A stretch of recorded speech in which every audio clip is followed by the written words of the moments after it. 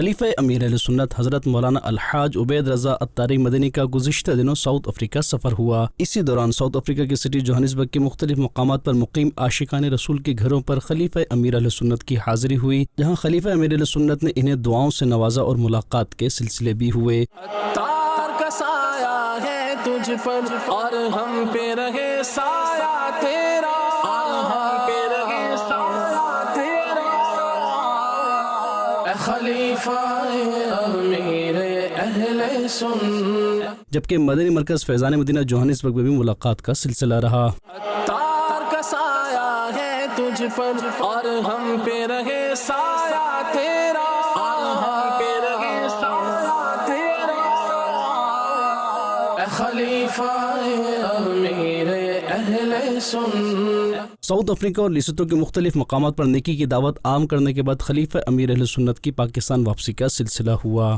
جہاں کراچی کے international airport پہنچنے پر اسلامی بھائیوں نے خوش آمدید کہا اور ملاقات کی۔